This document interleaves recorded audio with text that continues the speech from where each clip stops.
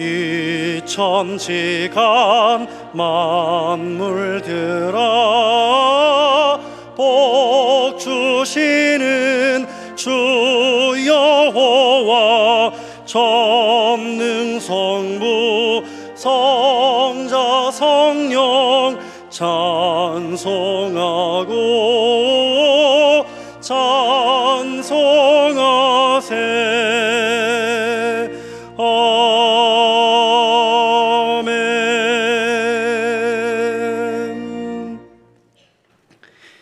여호와는 위대하시니 지극히 찬양할 것이요 모든 신들보다 경외할 것이며 만국의 모든 신들은 우상들이지만 여호와께서는 하늘을 지으셨음이로다. 존귀와 위엄이 그의 앞에 있으며 능력과 아름다움이 그의 성소에 있도다.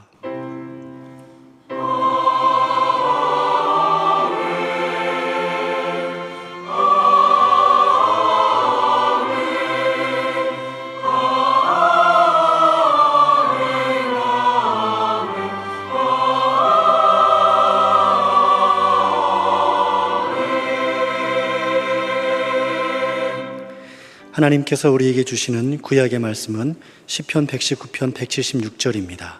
제가 보는 성경으로 897쪽입니다. 시편 119편 176절 말씀입니다. 이른 양같이 내가 방황하오니 주의 종을 찾으소서. 내가 주의 계명들을 잊지 아니함이니이다. 아멘.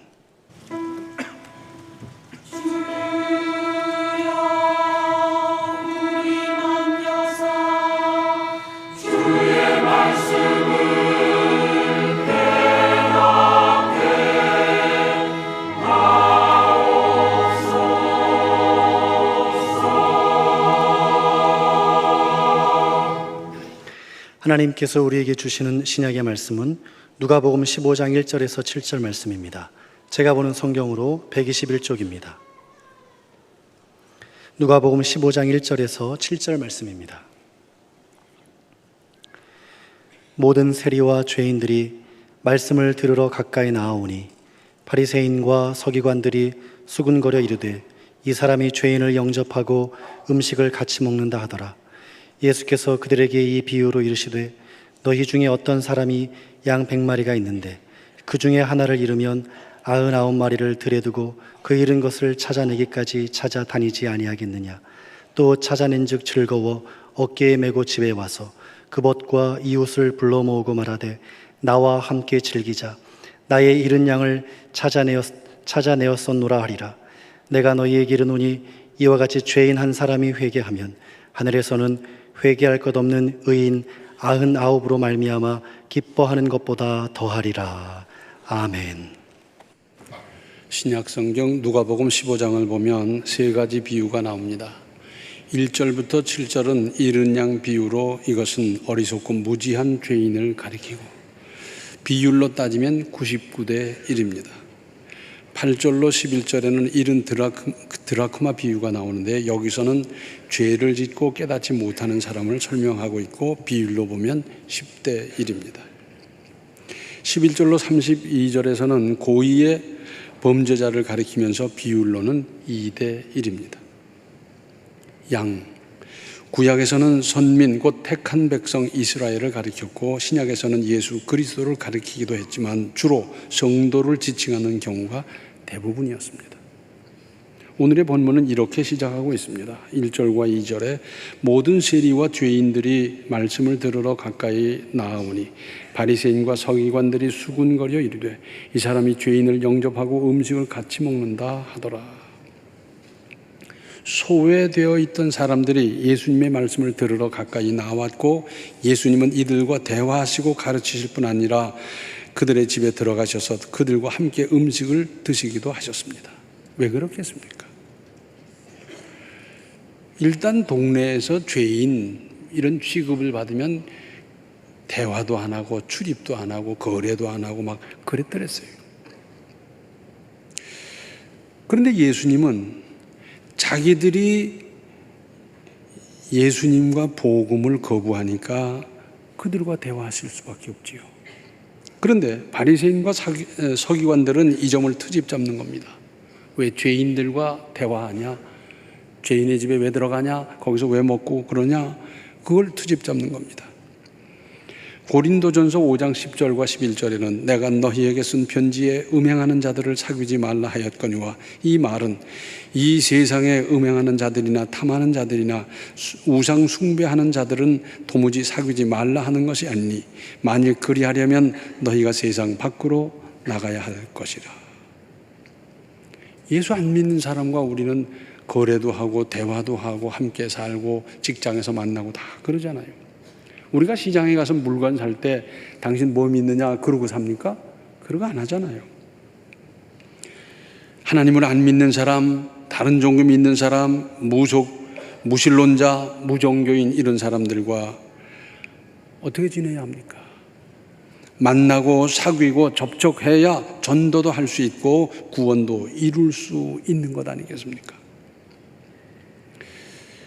요즘은 통 못 만났습니다만 그 전에 스님 한 분과 제가 대화를 많이 했더랬어요. 그분은 저보다 나이가 훨씬 위였습니다. 그 절에 가서 제가 밥도 먹기도 하고 그렇게 했더랬는데 한 번 제가 그랬어요. 스님, 저 어디 좀 갑시다. 어디요? 아이, 저 따라오시면 압니다. 오늘 시간 좀 내십시오. 그래서 모시고 어딜 갔느냐? 대한극장으로 갔어요. 그때 벤허 70mm 그 감동이 대단했더랬습니다. 다른 극장에서 상영을 못했어요. 70mm는 거기밖에 못하는데 그 스님 모시고 가서 벤허 처음부터 끝까지 다 봤다니까요. 벤허 봤다고 하루아침에 그 소신을 변경하고 믿음을 변경하지는 않을지 몰라도 그러나 노력은 해야 될 거 아니에요. 제가 성경도 사줬습니다. 성경도 좀 읽어보세요. 나 화엄경 다 읽은 사람입니다. 화엄경 아세요? 그러니까 스님도 그 성경 읽어보세요. 그리고 성경도 사드리고 그랬더랬어요. 우리 세상에 주변에 안 믿는 사람 많이 있고 그들과 교류하고 접촉하고 대화하고 다 그러면서 또 전도하고 그러는 것 아니겠어요? 3절과 4절을 보시면 예수께서 그들에게 이 비유로 이르시되 너희 중에 어떤 사람이 양 100마리가 있는데 그 중에 하나를 잃으면 99마리를 들에 두고 그 잃은 것을 찾아내기까지 찾아다니지 아니하겠느냐. 예수께서는 그들에게 말씀하셨습니다. 예수님을 찾아 나온 세리와 죄인들 그리고 수군거리며 트집 잡으려는 바리새인과 서기관들에게 함께 듣도록 하신 겁니다. 4절에 너희 중에 어떤 사람이 양 100마리가 있는데 그 중에 하나를 잃으면 99마리를 들에 두고 그 잃은 것을 찾아내기까지 찾아다니지 아니하겠느냐. 찾아내기까지 찾아다니지 아니하겠느냐. 혹은 말하자면 공감을 구하는 거예요. 그러니까 그 말씀을 듣는 사람들 입장에서 맞아. 우리 충청도식으로 말하자면 그려, 그럼 그렇게 느끼는 거예요. 참 목자라면 양 한 마리가 없어졌는데 이렇게 보고 뭐 한 마리 없네 그리고 가자 그러겠습니까? 한 마리가 없어졌는데 그걸 찾기까지 이 골짜기로 저 골짜기로 덜이 다니면서 그냥 애를 쓰면서 찾아 나서지 않겠습니까? 그래서 이 모든 형편을 대충 이해하는 사람들 입장에서는 공감이 되는 거예요. 이스라엘의 주업인 목축에 관한 말씀이기 때문에 당시 누구나 충분히 공감할 수 있는 말씀이었습니다. 우리나라에서는 한 세대 즉 30년 전만 하더라도 벼농사 이야기가 많았습니다. 본인이 직접 농사를 짓지 않더라도 상당히 연관이 있기 마련이었고 그래서 벼농사에 관한 속담도 많았습니다. 근데 지금은 농사 짓는 분이 적으니까 이해를 잘 못해요. 피에 대해서 얘기하면 피가 뭔지 모르고 콩서리가 어떻다 그러면 그냥 임진왜란 얘기나 비슷한 걸로 알고 다 그러잖아요. 그래서 논에 관한 이야기 중에 아전인수라 그러잖아요. 저수지에서 물을 보내주거나 천수답에 이제 물이 차기 시작하면 순서대로 쭉 차가야 되는 건데 깜깜할 때 나가가지고 다른 논은 다 집어쳐버리고 물고 다 막아버리고 자기 논으로만 물 대버리는 거예요. 아침에 나가봤더니 차례대로 물이 다 꽉 차야 되는데 다른 논들은 물이 없고 어떤 그 논 하나만 물이 꽉 차 있는 거예요.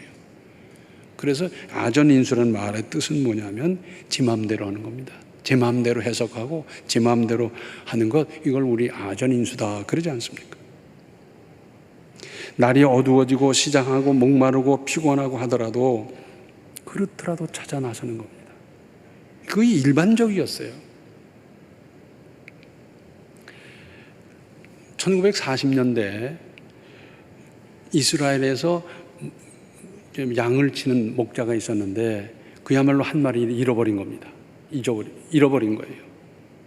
그래서 골짜기로 건너편으로 계속 찾아다니는데 없는 거예요. 나중에 아주 지쳐가지고 모든 곳을 다 가볼 수는 없잖아요. 그래서 돌멩이를 던졌어요.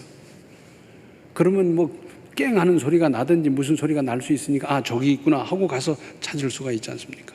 그래서 사방 돌을 던지는데 한 번은 쨍그렁 하는 소리가 나는 거예요. 이건 양의 소리가 아니잖아요.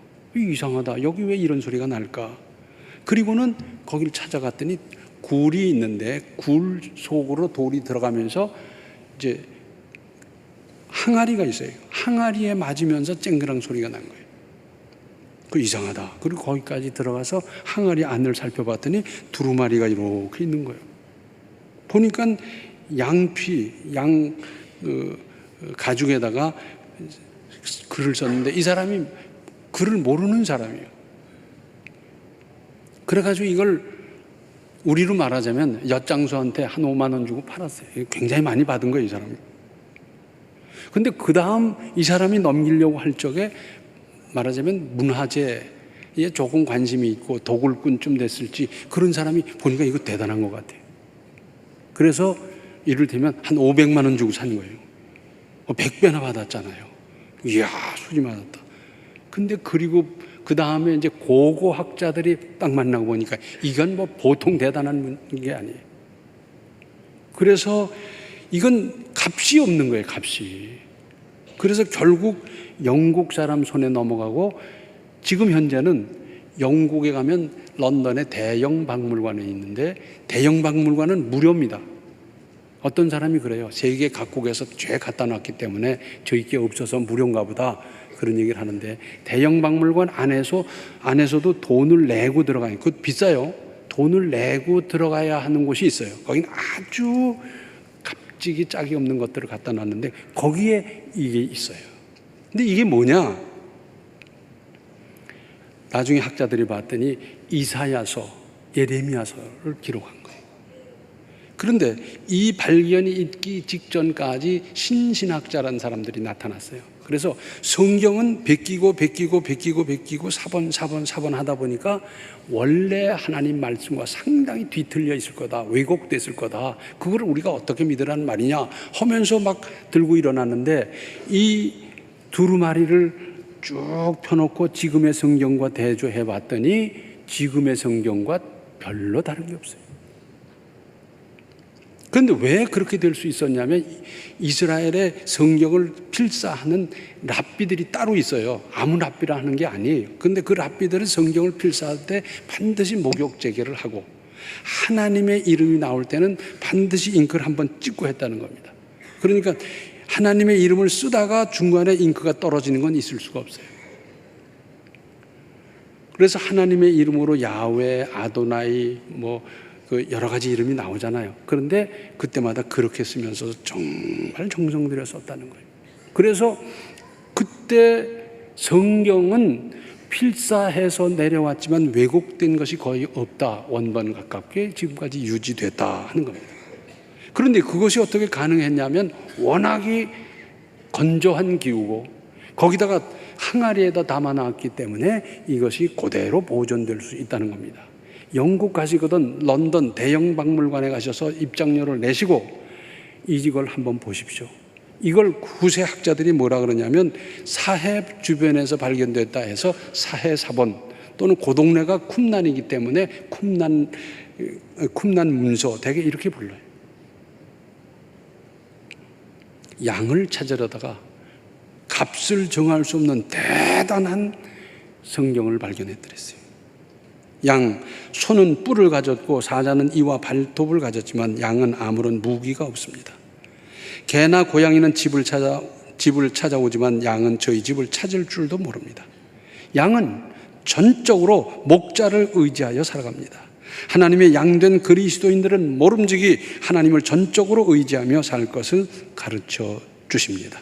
이것이 정상이고 이것이 모범입니다. 그리고 5절을 보시면 또 찾아낸 즉 즐거워 어깨에 메고 그랬어요.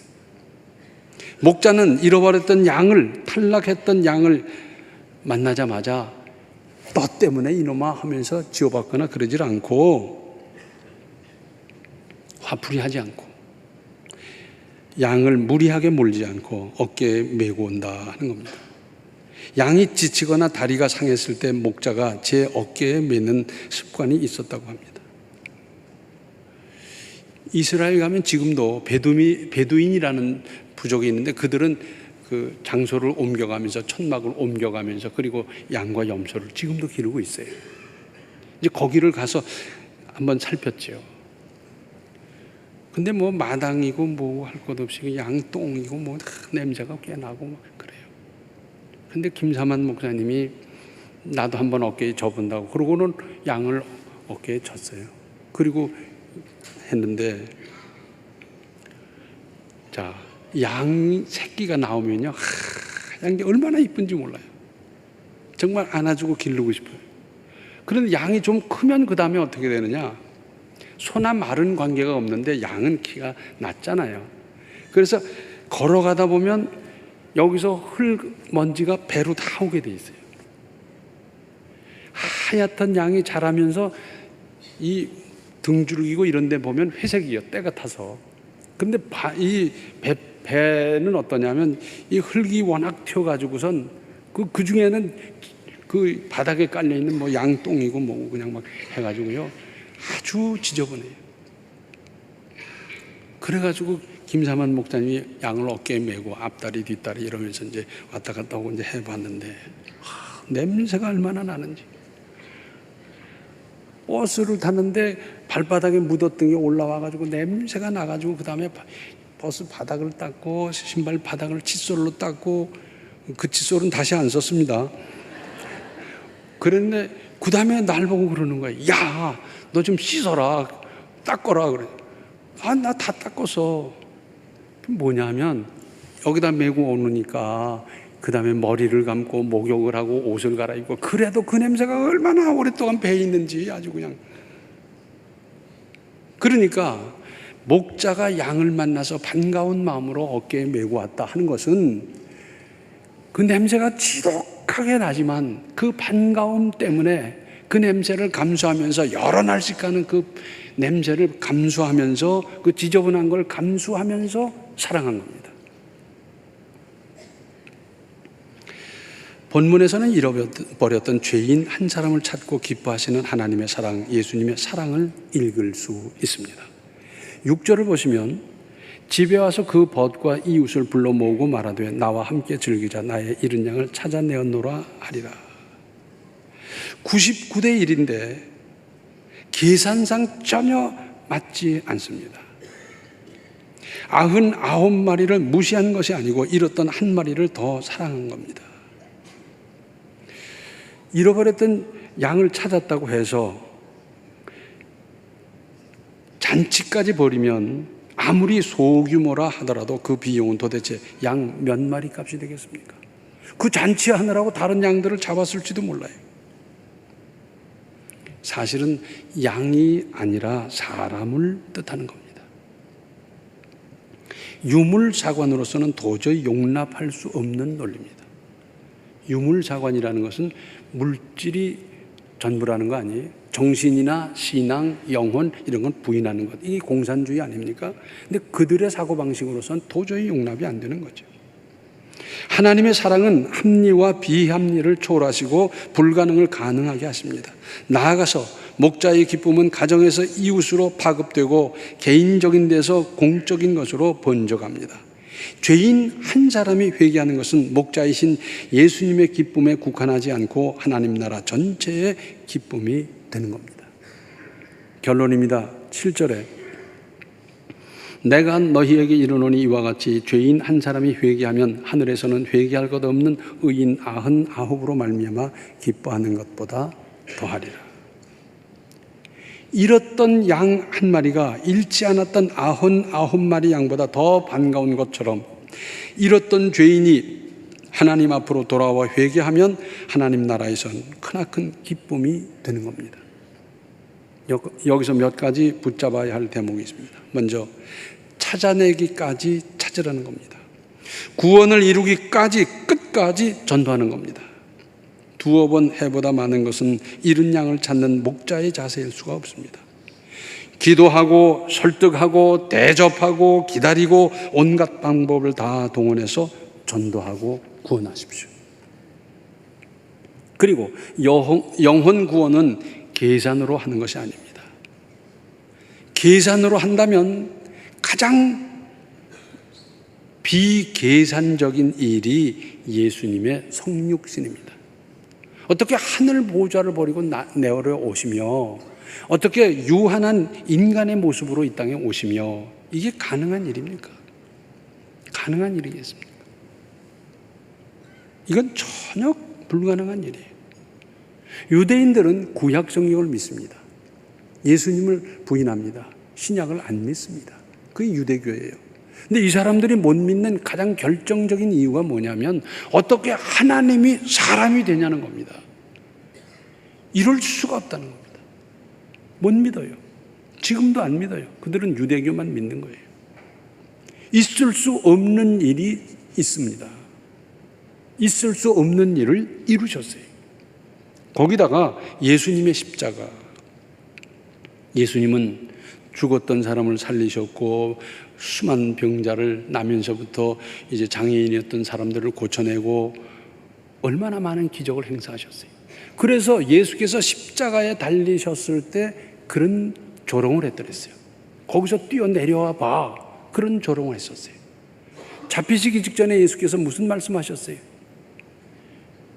천사를 동원해서 일개 군단을 동원해서 이 사람들을 물리치는 거 내가 못해서 이러는 줄 아느냐? 그겁니다.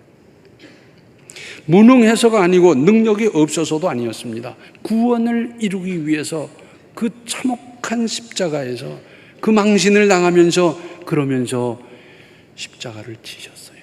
있을 수 없는 일입니다. 말이 안 됩니다. 전혀 있을 수 없는 일을 이루셨어요. 그런데 하나님은 이렇게까지 죄인을 사랑하시고 이렇게 구원하시는 겁니다.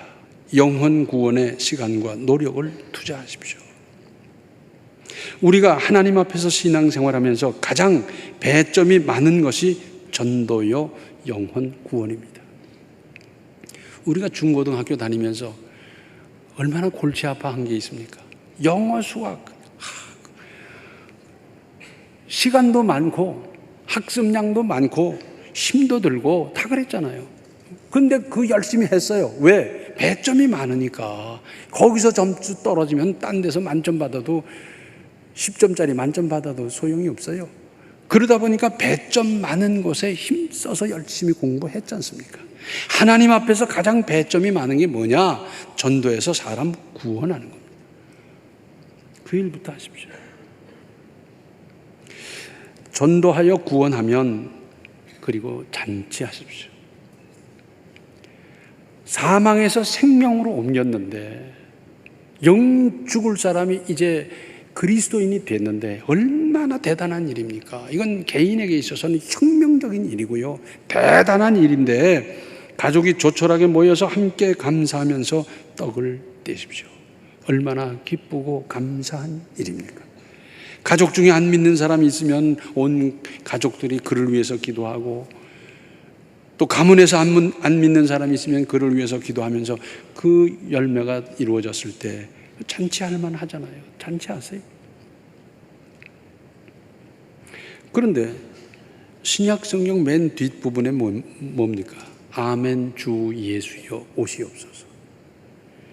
범죄와 전쟁과 고통이 많은 이 세상 주님 오셔서 빨리 심판 다 하시고 새하늘과 새 땅을 이루십시오 하는 건데 베드로후서 3장 9절을 보면 주의 약속은 어떤 이들이 더디다고 생각하는 것 같이 더딘 것이 아니라 오직 주께서는 너희를 대하여 오래 참으사 아무도 멸망하지 아니하고 다 회개하기에 이르기를 원하시느니라.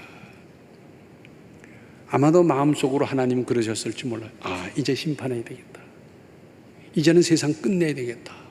이제는 예수님이 오셔서 이제 신천신지를 만들어야 되겠다. 그런 생각 하셨을지도 몰라요. 그런데 우리 하나님은 오래 참으시면서, 그때도 참으시고 그 다음도 참으시고 참으시면서 아무도 멸망하지 아니하고 다 회개하기에, 다 구원받기에 이르기를 원하시는 겁니다. 그래서 늦어지는 거예요. 그래서 늦추고 계신데도 이 하나님의 깊으신 뜻을 헤아리지 못하고 자행자지하고 범죄하고 이래도 금세 무슨 벌이 안 따르더라 이런 생각을 하면서 하는 건, 이건 믿음이 아닙니다. 하나님은 참고 또 참으시면서 모든 사람이 구원받기를 바라시는 이 심정으로 지금도 세상을 내려다보고 그리스도인을 보고 계세요. 목자의 심정으로 모든 기도와 수고를 다하셔서 많은 사람을 구원하실 수 있기를 바랍니다. 기도하시겠습니다. 은혜로우신 아버지 하나님, 우리 자신도 그릇 행하는 양이지만 그럼에도 불구하고 먼저 믿은 사람으로서의 이 사명을 잘 감당하게 하여 주시옵소서. 복음을 전하고 이 일을 위해서 기도하며 할 수 있는 모든 수고를 아끼지 않게 하여 주셔서 천하보다 귀중한 한 생명을 우리의 노력과 수고를 따라 구원하고 전도하고 하나님의 백성 만드는 일에 힘써 나갈 수 있도록 주여 도와 주시옵소서. 예수님의 이름 받들어 간절히 기도하옵나이다. 아멘. 잃은 양 같은 성도를 찾고 돌보아서 구원하십시오. 지금은 생명의 주 예수 그리스도의 은혜와 하나님 우리 아버지의 극진하신 사랑과 성령의 감화 감동 충만 교통하심이 잃은 양을 찾고 끝까지 찾아 구원하기로 작정하는 모든 성도들 머리 위에 이제로부터 영원토록 함께 계시기를 간절히 축원하옵나이다. 아멘.